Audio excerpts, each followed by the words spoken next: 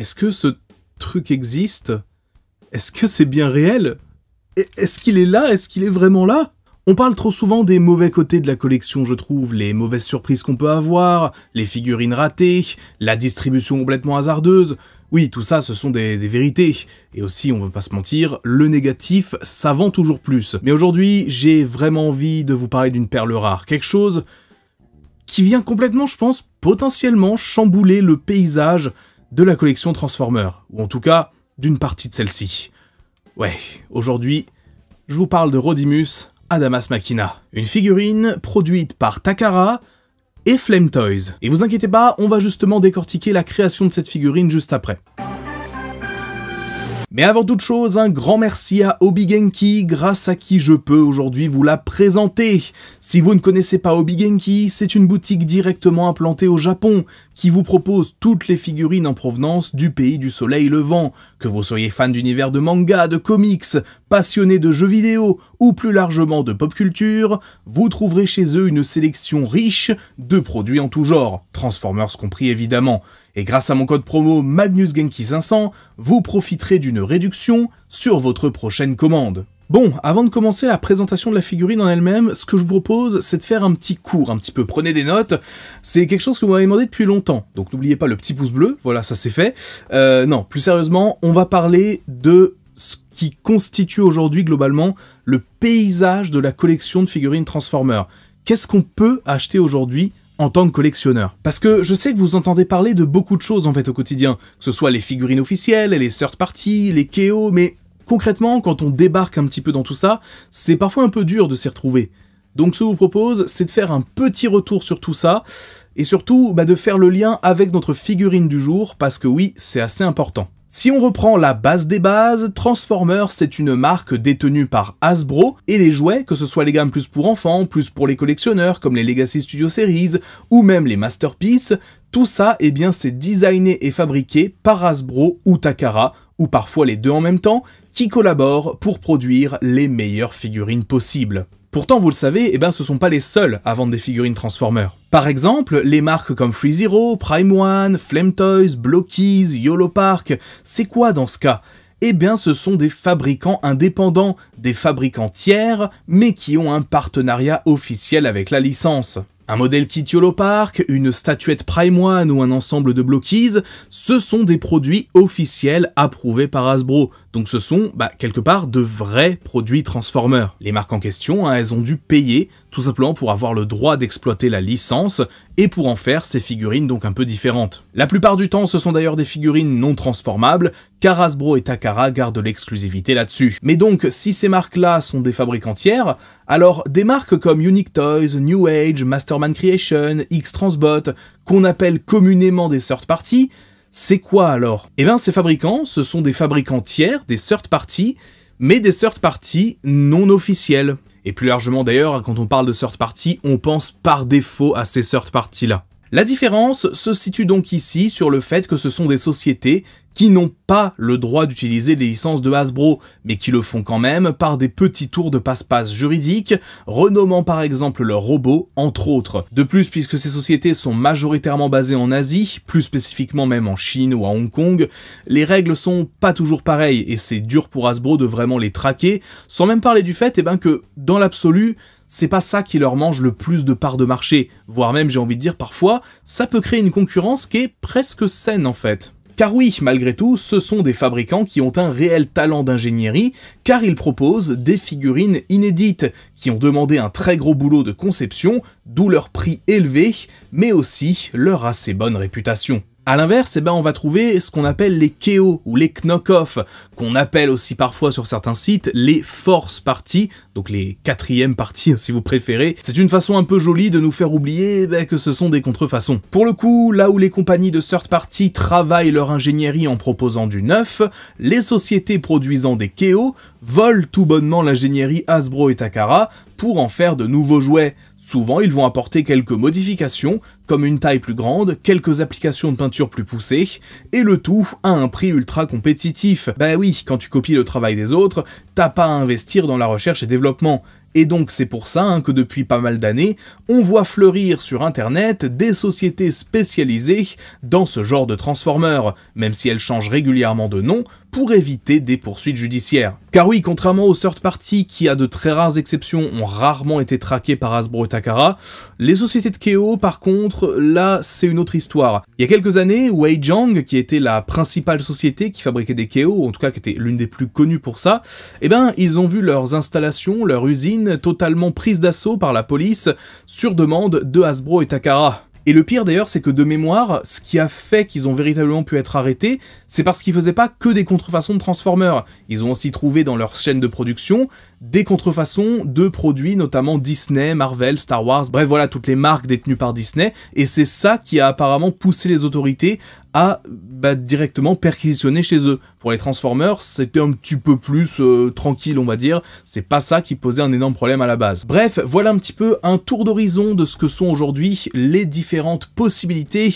quand on collectionne du Transformer. Bien sûr, je suis absolument pas là pour vous juger en fonction de ce que vous collectionnez, que vous soyez un collectionneur de produits officiels, de third party, de KO, peu importe, on se retrouve tous dans la collection. Et donc, pour vous situer, ce Rodimus, que je vous tease depuis le début de la vidéo, c'est le résultat d'une collaboration entre Takara, la branche japonaise de Transformers, et Flame Toys, un fabricant de figurines sous licence officielle, qui de base ne fait que des figurines stylisées. Et basiquement, cette figurine, c'est une figurine Flame Toys, capable de se transformer, et c'est là qu'elle exploite. Mais maintenant que le contexte est posé, parlons de cette figurine, car j'ai vraiment envie de vous en parler. Wow, juste wow. Quand j'ai vu ça pour la première fois, j'étais bouche bée. Comment est-ce que c'est possible de reproduire une figurine du style Flame Toys, donc des figurines qui à la base ne sont pas transformables, et d'en faire un vrai Transformer à part entière? Eh ben, c'est ce qui a été réalisé, et c'est tout simplement incroyable. Mais il y a bien d'autres qualités que ce simple exploit, parce que visuellement, ce Rodimus est une véritable pépite, du début à la fin. Le Rodimus qu'on a entre les mains ici est le résultat de trois choses. Tout d'abord, le design de base des comics IDW, particulièrement ceux de More Than Meets the Eye et Lost Light, c'était le design initial qui a ensuite été stylisé par Flame Toys pour créer une figurine non transformable, et enfin retravaillé pour en faire un véritable Transformer à part entière. Ce qui est fait que toute l'esthétique stylisée des comics et de la figurine Flame Toys se retrouve dans cette version transformable, et ça, c'est déjà très cool. On retrouve des proportions qui ont bien sûr un certain style, bien sûr ça plaira pas à tout le monde par contre, certains sont très attachés au design plus carré des Transformers, moi aussi d'ailleurs, mais en réalité c'est simplement l'aspect visuel des comics et le style de Flame Toys qui font ça. Et réussir à retranscrire cela dans un robot qui se transforme et qui a en plus une peinture irréprochable, c'est là qu'est la véritable performance. Oui, la peinture est probablement l'un des plus grands tours de force de cette figurine. On est sur un mélange de peinture un peu brillante, de métal pur et dur par endroits, et de parties en plastique, mais peintes de façon à créer une harmonie parfaite. Et c'est ça l'un des mots-clés de cette vidéo, la cohérence. Rodimus est ultra bien conçu sur ce plan-là. Il reprend le design des comics tout en y ajoutant des détails supplémentaires grâce à l'association de couleurs et de textures. Au final, ça crée un ensemble super cohérent, ultra clean, détaillé, mais qui reste élégant et parfaitement équilibré. Bref, du tout bon et encore du tout bon. Je vais pas vous mentir, c'est l'une des plus grosses claques que je me sois prise ces derniers temps avec une figurine Transformer, principalement grâce au concept. Encore une fois, c'est quelque chose qu'on n'attendait pas. Au départ, je me demandais vraiment ce que ça allait donner. Je pensais que ça avait toutes les chances de se planter. Une transformation pas agréable, un mode robot certes joli, mais qui pêche un petit peu par sa posabilité, ou même qui est extrêmement fragile, ou qui a des articulations pas ouf d'ailleurs, ça aurait rendu le tout vraiment bof quoi, mid. Mais là, pas du tout. Tous les bons points possibles sont au rendez-vous, et surtout, encore une fois, de façon cohérente. Les articulations par exemple sont extrêmement complètes et solides, il y en a partout. Les épaules s'écartent bien, les coudes sont sur des axes, les mains peuvent tourner et les doigts s'ouvrent. On a même une petite forme intéressante sur les doigts, bien que ce soit pas des doigts individuels. Le bassin peut tourner, s'incliner en avant et en arrière, ce qui est un détail quand même très appréciable. Les jambes peuvent aussi s'écarter et elles sont sur des ratchets, donc des cliquetis qui rendent leur position assez stable. Les genoux se plient facilement et les pieds en métal assurent une excellente stabilité. Pour ce qui est du visage de Rodimus, c'est peut-être le seul vrai regret que j'ai sur cette figurine. La tête est très bonne, elle reprend bien l'esthétique des comics, mais j'aurais peut-être aimé avoir des têtes alternatives, surtout pour le prix à laquelle cette figurine est vendue. Une ou deux têtes supplémentaires, peut-être avec une expression un peu plus joviale ou un peu plus rigolote, ça aurait été sympa. Vu la gamme de prix et la qualité, encore une fois, ça aurait été un détail appréciable. Au niveau des armes, il n'y a pas de grande surprise. On a 2 pistolets qui peuvent être mis dans les mains et qui se combinent. Rien de fou, c'est exactement ce à quoi on s'attend avec une figurine de ce genre. On peut ajouter à ça la scie circulaire qui se fixe sur l'une de ses mains au choix via un petit peg. L'un des points qui me fait un peu peur par contre avec ce Rodimus, c'est toute la partie au niveau de la ceinture là. Ça fait vraiment fragile. Enfin, fragile n'est pas tout à fait le terme, c'est plutôt que c'est fin. Donc il faut vraiment faire attention en manipulant cette zone. Si on tire un peu trop fort, ça pourrait casser. Et là, il faut vraiment être précautionneux. Encore une fois, on rappelle que ce Rodimus est une véritable pièce de collection, même plus encore qu'un masterpiece. Il combine les qualités d'ingénierie de chez Takara et donc de la gamme Masterpiece par exemple, et la présentation d'une figurine Flame Toys. Bref, ça n'est clairement pas une pièce à mettre entre les mains d'un enfant, ça peut sembler évident, mais même si vous êtes collectionneur et que vous n'êtes pas patient ou peu soigneux, mieux vaut ne pas trop la manipuler. De toute façon, si vous collectionnez, vous savez avec le temps quel genre de figurines vous conviennent.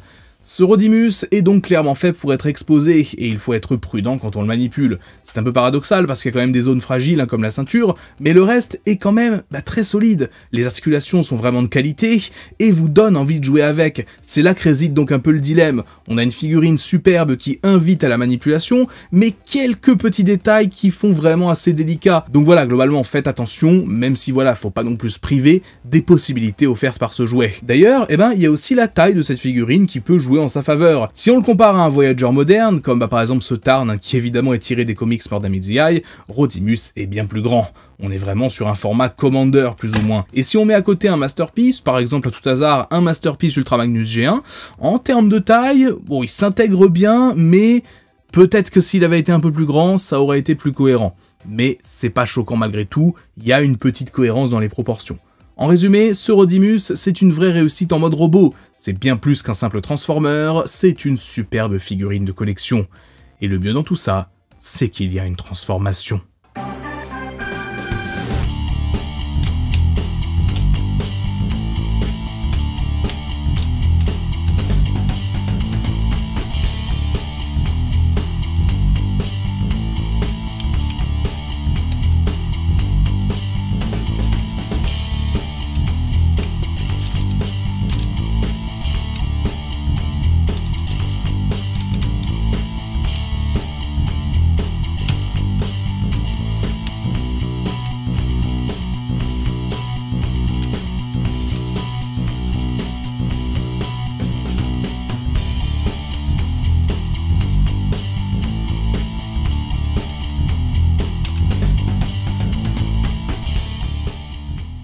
Avant toute chose, il faut préciser que ce véhicule est un modèle cybertronien, donc forcément, il ne ressemble pas à grand chose si on le compare à nos standards terrestres. Cela dit, ce véhicule reste quand même très joli. En toute honnêteté, sur cette figurine, oui, c'est vrai que le mode véhicule est moins impressionnant que le mode robot, mais étant donné à quel point le mode robot est exceptionnel, je m'attendais pas à ce que le véhicule le soit autant. Malgré tout, en le comparant à ce qui est vu dans les comics More Than Meets the Eye et Lost Light, c'est une apparence qui reste fidèle. On retrouve par exemple les roues à l'avant qui font un peu tout terrain, et celles à l'arrière qui sont recouvertes. On a aussi toute cette esthétique propre à Hot Rod, avec cet aileron qui part des deux côtés, avec des nuances de jaune, du jaune classique et du jaune doré.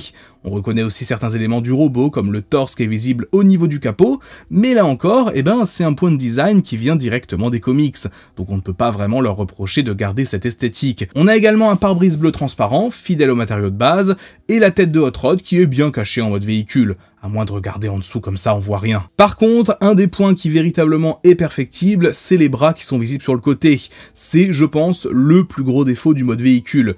Avec les mains comme ça visibles en dessous, c'est un peu dommage, mais à part ça, franchement, le reste est très solide. On peut même stocker les armes à plusieurs endroits, ce qui est toujours sympa, même si, comme souvent, vaut mieux les laisser à côté pour un meilleur effet. À l'arrière, les pieds sont visibles, mais quand le véhicule est posé, on ne les remarque pas trop, et on voit même plutôt de belles pièces mécaniques. En termes de solidité, c'est un véhicule qui tient vraiment bien, quand on le secoue par exemple, rien ne se détache.